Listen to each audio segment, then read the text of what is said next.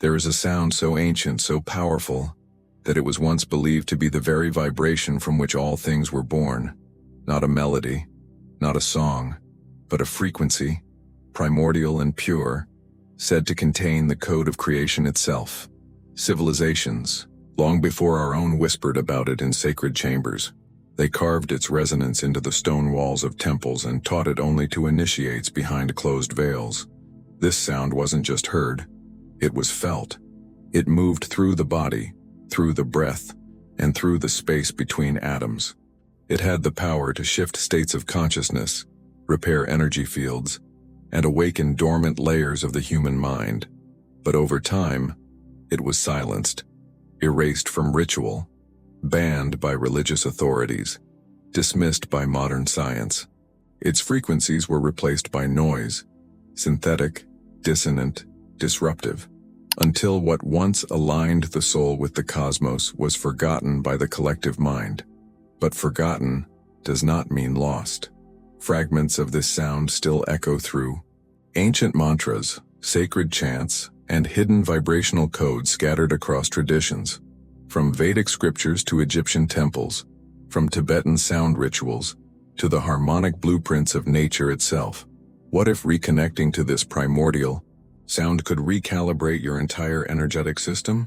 What if the right frequency, not a chemical, not a belief, but a vibration, could clear mental fog, restore clarity, and reawaken your spiritual potential? In this video, we will follow the trail of this forbidden frequency through history. We'll uncover why it was suppressed, how it's resurfacing in modern consciousness, and most importantly, how you can begin to harness its power to reprogram your mind and align with your higher nature. The sound was never meant to entertain. It was meant to transform, and its return begins now. Long before the modern world discovered frequencies, decibels, or sonic waves, ancient cultures revered sound as the bridge between the physical and the divine. In their understanding, sound was not simply a byproduct of matter, it was the origin of matter. It shaped creation, influenced consciousness, and carried the hidden architecture of the universe. In Vedic India, the concept of Nada Brahma, the world is sound, was central to spiritual science. The primordial sound Om was seen not as a chant, but as the audible expression of the unmanifest becoming manifest. It was the vibrational seed that birthed existence itself. Practitioners didn't merely recite Om, they entered it, using it as a doorway into expanded states of awareness. Across the sands of Egypt, high initiates gathered within the halls of temples like Karnak and Luxor, where acoustics were carefully engineered to amplify specific tones. These chambers were not designed merely for speech or music. They were constructed to resonate the body and mind into spiritual alignment. Some believed that the correct intonation of sacred words could open portals, heal the sick, or commune with higher realms. In the mystical traditions of Tibet, monks spent entire lifetimes perfecting throat singing, producing multiple tones at once, resonating both with the earth and the heavens. These sounds were believed to harmonize subtle energies within the body, stimulate higher centers of perception, and dissolve the illusion of separation. Indigenous tribes from the Amazon to Africa used chants and rhythmic patterns in healing ceremonies, invoking spirits, ancestors, and nature itself. The sound wasn't ornamental, it was functional, a tool, a medicine. And yet as empires rose and religions centralized spiritual power, the democratization of vibration became dangerous. Sound that awakened, liberated, or empowered was systematically restricted. Only certain chants were sanctioned. Only specific frequencies were permitted. Over time, what remained were echoes, fragments of a sonic language that once spoke directly to the soul. Philosophers like Pythagoras understood this well. He taught that music, when constructed according to divine proportion, could restore harmony to both the cosmos and the individual. He called it musica universalis, the music of the spheres, where every planet, every being, and every emotion was part of a greater symphony of vibrational intelligence. In essence, sound was never entertainment, it was initiation, it was transmission, it was technology, spiritual technology. encoded in vibration. And though its purest forms were buried beneath centuries of silence, the thread has never truly been severed. The ancient sound still lives, hidden in symbols, preserved in rituals, and waiting for those who are ready to listen. To understand how a single sound can reprogram the mind, we must first understand the mind itself as a vibrational field, not just a container of thoughts. Your brain waves, your emotions, your memories, they all operate on frequencies. Each mental state, whether anxious or calm, focused or scattered, corresponds to a measurable energetic rhythm. When you hear a sound, you're not just processing it with your ears. Your entire nervous system is responding.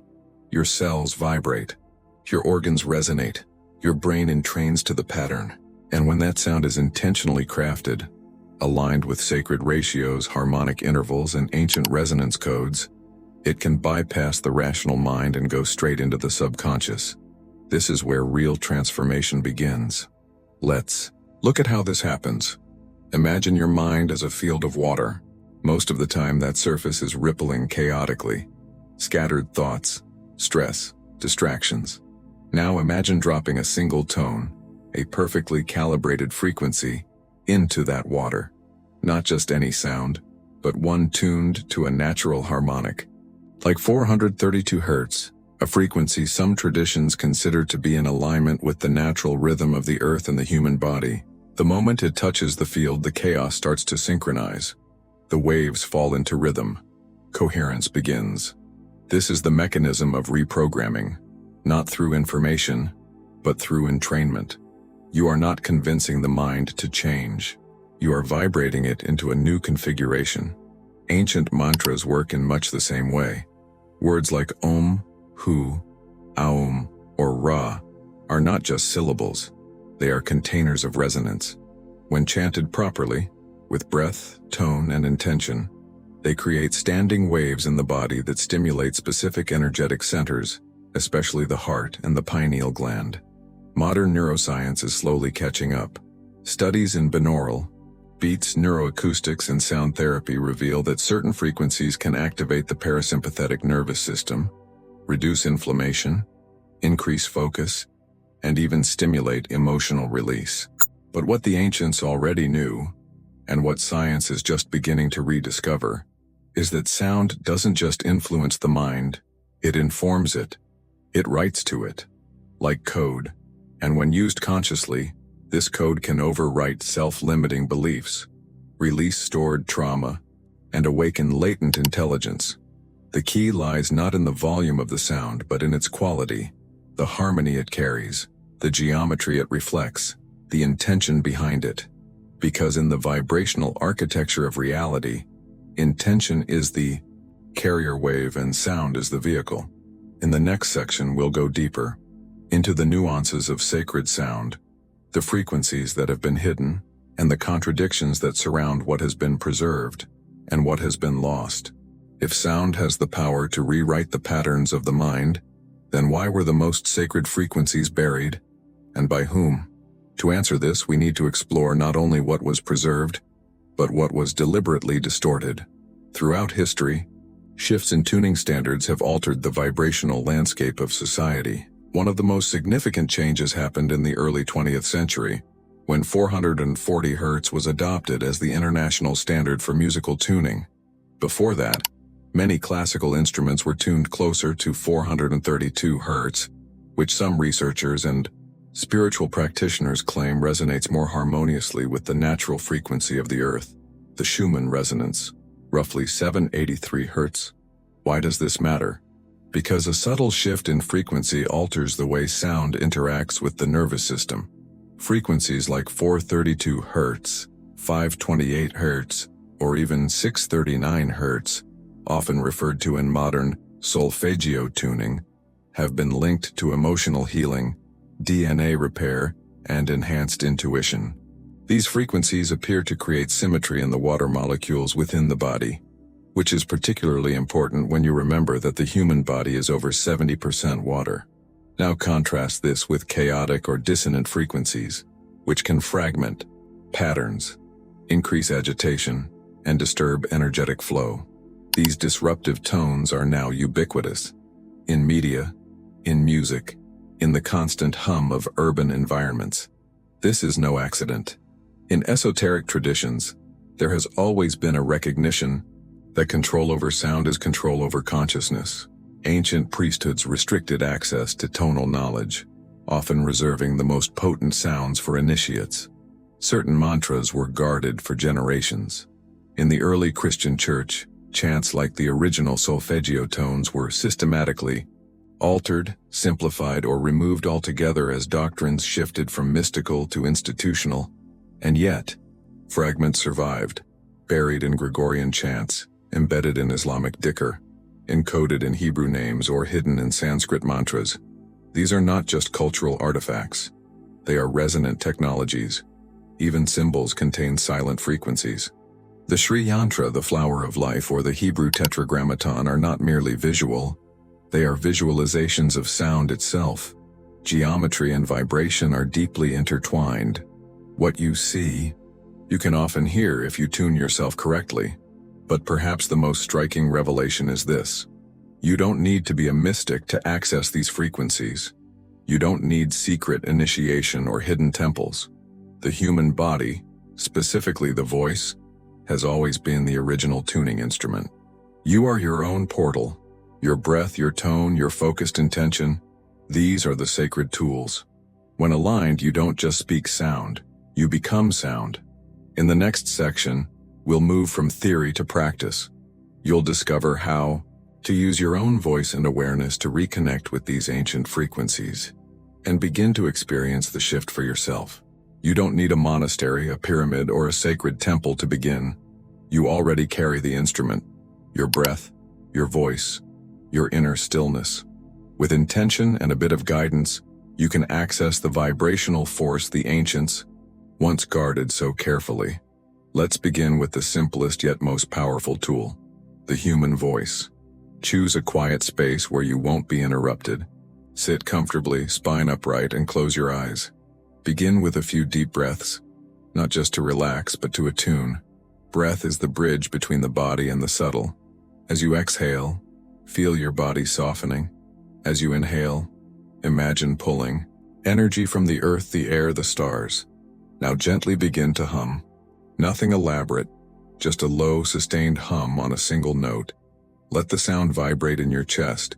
Feel it resonating in your throat, your skull, your bones. Don't worry about how it sounds, only about how it feels. After a minute or two, shift from humming to intoning a sacred vowel or syllable.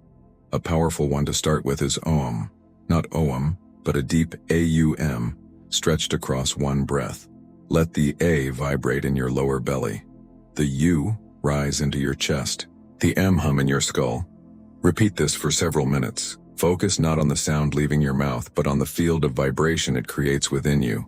Now, optionally, introduce a frequency like 432 Hz or 528 Hz in the background. There are hundreds of tracks available online. Just search for pure tone 432 Hz. Let your chant and the frequency interact. You are layering vibrations. You are becoming the resonance. For deeper experiences, you can also work with binaural beats. These are specially crafted audio files that use two slightly different frequencies in each ear to induce meditative brainwave states. Theta for deep meditation, alpha for calm focus, delta for healing and sleep. But none of this will work unless you bring the most important ingredient, intention.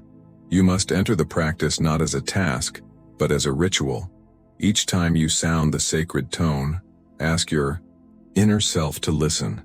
Each time you chant, direct your awareness toward alignment, healing, or awakening. You can also use silent techniques, toning internally without your voice. In this method, you visualize the sound resonating through your chakras. For example, imagine a tone of OM vibrating from your third eye, clearing static and sharpening intuition, or RA, illuminating your solar plexus with golden energy, restoring willpower and confidence. Consistency is key. Practice daily, even for just 5 minutes. Over time, you may notice shifts, clearer thinking, more grounded presence. heightened sensitivity to subtle energies. You're not merely chanting, you're retuning your inner instrument. And in a world flooded with noise, that act is nothing short of revolutionary. Sound is not just an experience, it is a force, a current, a living intelligence that moves through all things waiting to be remembered. What ancient civilizations once knew, and what modern science is only beginning to rediscover, is that vibration is the architecture of reality. Every thought, every emotion, every belief you hold is a frequency. And when you change the frequency, you change the form. This is the forgotten power of sacred sound. Not to entertain, not to impress, but to awaken. The sound that was banned, hidden, or dismissed still echoes through time, embedded in chants, in symbols, in silence. And now, you have the chance to not just hear it, but to embody it. Whether you hum in solitude, chant sacred syllables, or simply sit in resonance with a pure frequency, you are participating in something ancient, something sacred. Each time you activate that sound, you're not just tuning your mind, you're remembering who you are. So take the time, find your voice, return to the vibration that realigns your being with the rhythm of the cosmos. Let the ancient sound become part of your present truth, because in a world where chaos is constant, stillness is power, and sound, when used with awareness, becomes the bridge between the two. If this message resonated with you, take a moment to reflect on how sound shows up in your life. What vibrations are you absorbing daily? And what frequencies are you choosing to embody? Let your voice become your medicine. Let vibration become your practice. And let this ancient sound become the signal of your awakening. If you're ready to explore more ancient teachings and unlock deeper layers of your consciousness, subscribe to the channel and activate the bell icon. The journey into esoteric wisdom is just beginning.